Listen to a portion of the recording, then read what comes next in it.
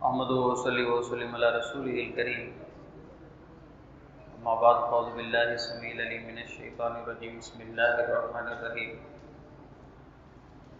7واں پارہ آج مکمل ہوا، اس کا مختصر خلاصہ پیش خدمت ہے، جو اس میں اہم باتیں ہیں۔ پارے کی شروعات ہو رہی ہے وَإِذَا سَمِعُوا مَا أُنزِلَ إِلَى الرَّسُولِ تَرَىٰ أَعْيُنَهُمْ تَفِيضُ مِنَ الدَّمْعِ مِمَّا عَرَفُوا مِنَ الْحَقِّ۔ اے نبی، جب ان لوگوں نے اس چیز کو سنا جو رسول پر نازل کی گئی ہے، تو سننے کے بعد اور حق جاننے کے بعد ان کی آنکھوں سے آنسو بہنے لگے۔ یہ اسہمہ نجاشی کے بارے میں آیت نازل ہوئی ہے۔ اسہمہ نجاشی حبشہ جو اس وقت ملک تھا جس کا موجودہ نام ایتھوپیا ہے، ایتھوپیا کی طرف مسلمان جب ہجرت کر کے گئے تھے مشرکین مکہ کے ظلم سے تنگ آ کر، تو صحابہ نے جب جا کے ادھر پناہ لی تھی، مشرکوں کو چین نہیں آ رہا تھا کہ مسلمان کس طرح جا کے ایتھوپیا میں حبشہ میں پرسکون زندگی گزار رہے ہیں۔ لہذا انہوں نے اپنے گروپ میں سے 2 آدمیوں کو، عمر بن عاص رضی اللہ تعالیٰ عنہ جو اب تک مسلمان نہیں ہوئے تھے، اور عبداللہ بن ربیعہ کو مہم پہ بھیجا، بڑے ہی مہنگے قسم کے تحفے طائف دے کر کہ جا کے نجاشی صاحب کے دربار میں یہ تحفے طائف دے کر جب وہ راضی ہو جائے تم سے، تو ان سے پھر مسلمانوں کے بارے میں باتیں کرنا۔ تو انہوں نے جا کے تحفے طائف پیش کیے نجاشی کو۔ نجاشی انصاف پسند حکمران تھا، کہتے ہیں کہ دونوں پارٹ دیکھنے چاہیے۔ انہوں نے ایک پارٹ نہیں سنا، مشرکین مکہ کی بات سن کے فیصلہ نہیں کیا، مسلمانوں کو بلایا اور مسلمانوں سے پوچھا کہ بھائی یہ تمہارے علاقے سے لوگ آئے، تم جانتے ہو؟ جعفر طیار نے کہا ہم جانتے ہیں۔ تو انہوں نے کہا کہ یہ شکایت کر رہے ہیں کہ تم ان کے غلام تھے، ان کے ملازم تھے اور ان کی اجازت کے بغیر بھاگ آئے۔ تو حضرت جعفر نے پھر بڑی دھواندار تقریر کی تھی، الرحیق المختوم وغیرہ، رحمۃ للعالمین، سیرت النبی پر جو کتابیں ہیں، سیرت صحابہ پہ جو کتابیں، تو تفصیلی بات اس میں ہے۔ تو جعفر طیار کی جب بات سنی تو نجاشی نے کہا کہ نہیں یار، یہ تو بھاگے ہوئے لوگ تو نظر نہیں آتے، یہ اپنی رضا خوشی سے ہیں اور انہوں نے اپنا دین چینج کیا ہے، تو اس میں کوئی قباحت تو نہیں ہے، کوئی اتنا بڑا مسئلہ نہیں جتنا تم کیس بنا رہے ہو۔ مشرکین مکہ پہلے دن ناکام ہو گئے۔ دوسرے دن عمر بن عاص نے نجاشی کے کان میں بات ڈال دی کہ آپ عیسائی ہیں، یہ عیسیٰ علیہ السلام کے بارے میں بڑی عجیب باتیں کہتے ہیں۔ اب عیسائی عیسیٰ علیہ السلام کو معاذ اللہ کا بیٹا قرار دیتے ہیں، اور قرآن اور اسلام کا یہ عقیدہ نہیں ہے، وہ تو اس کو صرف مل مسیح ابن مریم الا رسول، ہم نے سنا تھا کہ یہ اللہ سبحانہ و تعالیٰ فرماتے ہیں کہ عیسیٰ بن مریم صرف اللہ کے رسول ہیں، بس رب نہیں ہے، اللہ کے رسول ہیں۔ تو نجاشی نے جب یہ بات سنی تو نجاشی چونک گیا اور جعفر طیار سے پوچھا کہ تم لوگ عیسیٰ بن مریم کے بارے میں کیا کہتے ہو؟ تو جعفر طیار نے جواب دیا کہ ہم ان کے بارے میں وہی عقیدہ رکھتے ہیں جو ہمارے نبی نے ہمیں سمجھایا ہے۔ تو انہوں نے کہا کہ چلو پھر سناؤ کیا ہے عقیدہ۔ سورہ مریم کی انہوں نے کچھ آیتیں پڑھی جس میں اللہ سبحانہ و تعالیٰ نے مریم علیہ السلام کا ذکر کیا ہے اور عیسیٰ علیہ السلام کی پیدائش کا ذکر کیا۔ اللہ سبحانہ و تعالیٰ نے جو بھی معجزہ ہوا اس کو تفصیل سے بیان کیا ہے۔ تو سورہ مریم کی آیتیں سننے کے بعد نجاشی رونے لگ گیا اور رو کر اس نے زمین سے ایک تنکا اٹھایا اور تنکا اٹھا کر کہا کہ با خدا، تم جو بیان کر رہے ہو عیسیٰ علیہ السلام اس سے زیادہ اس تنکے جتنی بھی حیثیت نہیں رکھتے، یعنی وہ وہی ہے جو تم نے بیان کیا۔ تو اس پہ نجاشی کے دربار میں جو بیٹھے ہوئے عیسائی عالم تھے، بطریق وغیرہ، بشپ وغیرہ، پوپ وغیرہ، تو انہوں نے ناراضگی کا اظہار کیا، اس طرح انہوں نے کیا کہ نجاشی کیا کہہ رہا ہے، عیسائی ہو گئے۔ تو نجاشی نے جواب دیا اگرچہ تم لوگ زبان سے وہ کہو تو بھی صحیح بات وہی ہے جو انہوں نے پیش کی ہے۔ پھر نجاشی اسلام لے آئے تھے۔ اس کی دلیل ایک یہ ہے کہ نجاشی نے ام حبیبہ رضی اللہ تعالیٰ عنہ کا نکاح اللہ کے رسول سے کروایا تھا اپنی طرف سے، اور بی بی صاحبہ کی حکیم اور اللہ کے رسول کے حکم پر نجاشی نے ادا کی تھی۔ اور دوسرا دلیل یہ کہ صحیح بخاری کی حدیث ہے، سن 9 ہجری میں رسول اللہ صلی اللہ علیہ وسلم کے پاس جبریل نے آ کر بتایا کہ نجاشی فوت ہو گیا ہے، تو پھر صحابی بیان کرتے ہیں کہ اللہ کے رسول علیہ الصلوۃ والسلام نے نجاشی کی وفات کا اعلان کیا تھا، اور اللہ کے رسول نے نجاشی کا غائبانہ جنازہ بھی پڑھوایا تھا۔ غائبانہ جنازے کے لیے نجاشی کا جنازہ، یہ ثبوت ہے اس بات کا کہ غائبانہ جنازہ بھی ہو سکتا ہے۔ تو نجاشی کے بارے میں یہ آیت نازل ہوئی ہے۔ اللہ نے فرمایا جب اس نے قرآن سنا، قرآن سننے کے بعد، حق پہچاننے کے بعد جب نجاشی رونے لگا، اللہ نے اس کیفیت کو 7ویں پارے کی شروع میں بیان کیا ہے کہ جب انہوں نے وہ بات جو رسول کی طرف نازل کی گئی اس کو سنا تو ان کی آنکھیں حق پہچاننے کے بعد رونے لگ گئی۔ یہ آیت نجاشی کے بارے میں نازل ہوئی ہے۔ ہمیں بھی قرآن سے کچھ اس طرح کی لگن رکھنی چاہیے کہ قرآن ہمارے اوپر اثر انداز ہو، ہماری آنکھوں سے آنسو بہنے لگے۔ اور دوسرا یہ دلیل ہے اس بات کی کہ اللہ کے رسول علیہ الصلوۃ والسلام کے اوپر عیسائیوں نے بھی ایمان لایا تھا۔ یہ دلیل ہے اس بات کی کہ اللہ کے رسول علیہ الصلوۃ والسلام سچے نبی تھے، کیونکہ عیسائیوں نے اپنی کتابوں میں ذکر پڑھ رکھا تھا اس نبی کا۔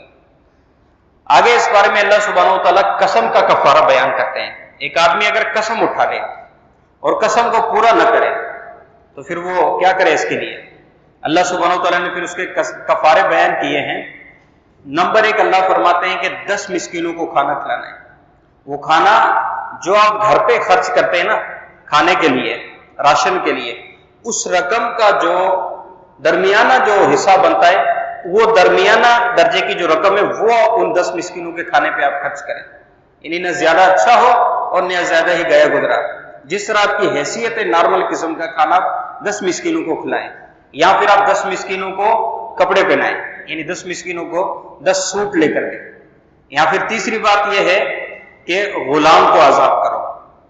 غلام آزاد نہیں کر سکتے تو پھر 3 دن لگاتار روزے رکھنے ہیں۔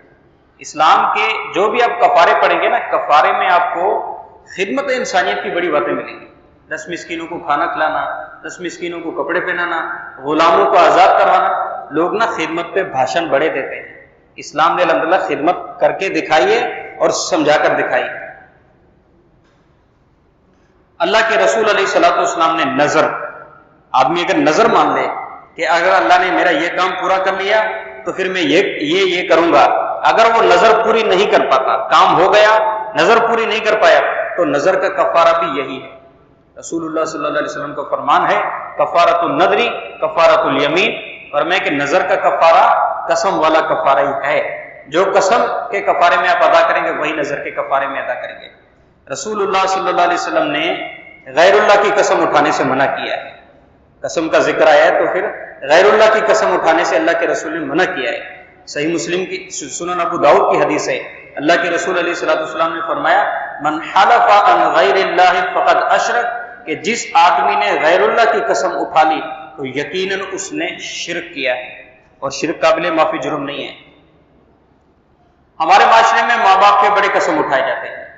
عمر فاروق رضی اللہ تعالیٰ عنہ فرماتے ہیں کہ اللہ کے رسول علیہ الصلوۃ والسلام نے فرمایا ان اللہ ینہاکم ان تحلفوا بآبائکم، کہ اللہ کے رسول نے فرمایا کہ اللہ تمہیں اس بات سے روکتا ہے کہ تم اپنے ماں باپ کی قسم اٹھاؤ۔ فمن کان حالفا فلیحلف باللہ او لیصمت، جسے قسم اٹھانی ہے تو وہ اللہ کی قسم اٹھائے یا پھر خاموش رہے، اللہ کے علاوہ کسی اور چیز کا، ماں باپ ہوں، غیر اللہ کے معبود ہوں، جو بھی ہوں، ان کا قسم نہیں اٹھانا، منع ہے یہ بات شریعت میں۔ آگے اللہ سبحانہ و تعالیٰ چند چیزوں کی حرمت بیان کر رہے ہیں اور ان کو سخت پلید قسم کا بیان فرما رہے ہیں، اور میں انما الخمر والمیسر والانصاب والازلام رجس من عمل الشیطان، فرمایا کہ شراب، جوا، سٹا، جوا اور آستانے اور یہ تیروں کے ذریعے قسمت معلوم کرنا، فال وغیرہ نکالنا، اور میں رجس من عمل الشیطان، یہ شیطان کی طرف سے پلیتی والے کام ہیں۔ فاجتنبوہ، لہذا مومنو تمہیں اس کام سے بچنا ہے۔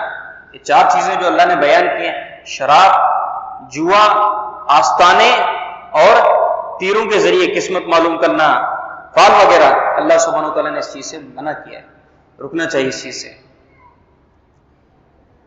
احرام والا آدمی، ایک آدمی حج کرنے جا رہا ہے یا عمرہ کرنے جا رہا ہے اور اس نے احرام پہن لیا ہے، تو احرام والے آدمی کے لیے اللہ سبحانہ وتعالیٰ نے اس بارے میں ایک مسئلہ بیان کیا ہے۔ وہ کون سا؟ کہ خشکی کا جو شکار ہے، زمینی جو بھی شکار ہے نا، وہ احرام والے کے لیے حرام ہے۔ احرام کی حالت میں آپ شکار زمین والا شکار نہیں کر سکتے، سمندر کا شکار کر سکتے ہیں۔ احل لکم صید البر حرم علیکم صید البر ما دمتم حرما، اللہ سبحانہ وتعالیٰ فرماتے ہیں کہ تمہارے اوپر خشکی کا شکار جب تک تم حالت احرام میں ہو تب تک تمہارے لیے حرام ہے، اور سمندر کا شکار تمہارے لیے حلال ہے۔ اچھا، پھر ایک آدمی اگر زمینی شکار کر لے احرام کی حالت میں، اس کا بھی پھر اللہ سبحانہ وتعالیٰ نے کفارہ بیان کیا ہے۔ کفارہ اللہ سبحانہ وتعالیٰ نے جو بیان کیا ہے اس کو اللہ کے رسول علیہ الصلوۃ والسلام نے تھوڑا وضاحت کے ساتھ فرمایا کہ اگر آدمی نے کوئی بھی جانور شکار کیا ہے تو پھر اس جانور کے جیسا جانور کفارے کے طور پہ دینا پڑے گا اللہ کی راہ میں۔ اللہ کے رسول نے فرمایا کہ مینڈھے کی قربانی جو ہے یہ محرم آدمی کے لیے، احرام والے کے لیے کفارہ ہے، سنن ابو داؤد کی روایت ہے۔ نمبر 2، جو جانور اس نے شکار کیا ہے وہ جانور پورے کا پورا، اس کا پورے کا پورا گوشت لے جا کر مکہ میں جا کر مسکینوں میں تقسیم کر دے، اس نے ذرا بھی نہیں کھانا، تاکہ اس کو پتہ لگے اس نے احرام کی حالت میں شکار کر لیا ہے تو اس کو اہتمام کے ساتھ لے کے بھی جائے، اور ادھر اس نے ایک بوٹی بھی نہیں لینی، ادھر جا کے مسکینوں میں تقسیم کر لینا۔ نمبر 3، اس کے برابر روزے، یعنی گوشت کا وزن کیا جائے، گلے کا وزن کیا جائے، جتنے کلو ہوں گے اتنے اس نے روزے رکھنے ہیں۔ 10 کلو ہیں تو پھر 10 روزے رکھنے ہیں، 20 کلو ہیں تو پھر 20 روزے رکھنے ہیں، جتنے جتنے کلو نکلتے جائیں گے اتنے اتنے روزے اس نے رکھنے ہیں۔ آگے اللہ سبحانہ وتعالیٰ نے معاشرتی طور پہ ایک بہترین چیز بیان کی ہے، لا تسألوا عن اشیاء ان تبد لکم تسؤکم، ایمان والو ان چیزوں کے بارے میں سوال نہ کیا کرو جو اگر ظاہر ہو جائے تو تمہیں بری لگے۔ ایک بار اللہ کے رسول علیہ الصلوۃ والسلام درس دے رہے تھے، اور درس دینے کے بعد آپ نے ارشاد فرمایا کہ تم میں سے جس آدمی نے جو سوال کرنا ہے وہ کر لے۔ عبداللہ بن حذافہ رضی اللہ تعالیٰ عنہ کھڑے ہو گئے اور انہوں نے پوچھا اللہ کے رسول میرا باپ کون ہے؟ آپ نے فرمایا تمہارا باپ تو حذافہ ہے، یعنی آپ نے صحیح بتایا تھا۔ پھر ان کی والدہ کو جب پتہ چلا تھا تو ان کی والدہ نے ناراضگی کا اظہار بھی کیا تھا کہ مجلس میں تم نے کیسا سوال کر لیا، اگر اللہ کے رسول معاذ اللہ کسی اور کا نام لے لیتے تو پھر میری پاک دامنی کی ایسی کی تیسی ہو جاتی۔ پھر اللہ نے یہ آیت نازل کی، لا تسألوا عن اشیاء، ایسی چیزیں سوال نہ کرو جو ظاہر ہو تو تمہیں بری لگے، سوال وہ کرنے چاہیے جو کام کے ہو، جس سے کچھ سیکھنے کو ملے۔ بلا وجہ کے سوالات منع کیے اللہ سبحانہ وتعالیٰ نے۔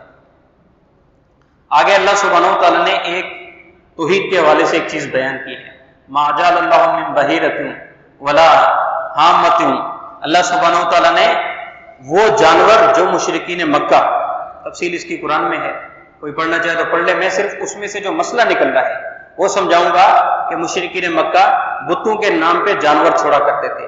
اللہ سبحانہ وتعالیٰ فرماتے ہیں کہ یہ جو جانور ہے نا، یہ جانور اللہ کی طرف سے نہیں ہے، یعنی یہ کام اللہ کی طرف سے حرام ہے، اللہ کی طرف سے ناجائز کام ہے۔ اگر کوئی آدمی غیر اللہ کے لیے، بتوں کے لیے یا کسی اور صورت میں جانور وغیرہ چھوڑتا ہے تو پھر وہ آدمی قرآن کے حکم کی خلاف ورزی کر رہا ہے، اور یہ شرک ہے، اور شرک کتنا سنگین جرم ہے۔ اللہ سبحانہ وتعالیٰ نے اسی پارے میں اللہ سبحانہ وتعالیٰ نے 18 نبیوں کا ذکر کیا ہے، اور 18 نبیوں کا ذکر کر کے اللہ سبحانہ وتعالیٰ نے فرمایا وَلَوْ أَشْرَكُوا لَحَبِطَ عَنْهُمْ مَا كَانُوا يَعْمَلُونَ، فرمایا یہ انبیاء، اللہ کے برگزیدہ انبیاء اگر یہ بھی شرک کر لیتے تو ان کے سارے عمل برباد ہو جاتے ہیں۔ نبی کو معاف نہیں تو پھر ہمیں کیسے معاف ہو سکتا ہے؟ تو ان کاموں سے بچنا چاہیے۔ آخری بات، لا تدرک الابصار و یدرک الابصار، یہ عقیدے کی بات ہے۔ فرمایا کہ کوئی بھی آنکھ اللہ سبحانہ وتعالیٰ کو دیکھ نہیں پاتی ہے، ہاں اللہ سب کو دیکھ رہا ہے۔ لوگ نا بڑے قصے بیان کر رہے ہوتے ہیں، فلاں صاحب نے اللہ کو خواب میں دیکھا، امام ابو حنیفہ رحمۃ اللہ علیہ کے بارے میں معاذ اللہ بیان کیا جاتا ہے کہ انہوں نے 100 بار اللہ کی زیارت کی تھی خواب میں۔ بھائی یہ غلط بات ہے، اللہ سبحانہ وتعالیٰ فرماتے ہیں لا تدرک الابصار، کوئی بھی آنکھ اس کو دیکھ نہیں پاتی۔ جنت میں دیکھیں گے، ہم دعا کریں گے اللہ ہمیں بھی ان میں سے بنائے۔ جنتی اللہ سبحانہ وتعالیٰ کی بالکل ایسے زیارت کریں گے، حدیث میں اللہ کے رسول نے کیفیت بیان کی ہے، اور میں جیسے تم 14ویں کا چاند دیکھنے میں تمہیں کوئی دقت نہیں ہوتی، اسی طرح اللہ کی زیارت کرنے میں تمہیں کوئی بھی دقت نہیں ہوگی، کوئی بھی مسئلہ نہیں ہوگا، مطلب فیس ٹو فیس زیارت ہوگی اللہ سبحانہ وتعالیٰ کی۔ قیامت والے دن جنتی لوگ زیارت کریں گے۔ دنیاوی حالت میں، دنیاوی زندگی میں یہ چیز بالکل ناممکن ہے۔ جو آدمی یہ دعویٰ کرے وہ آدمی جھوٹا ہے۔ اس کی دلیل کیا ہے؟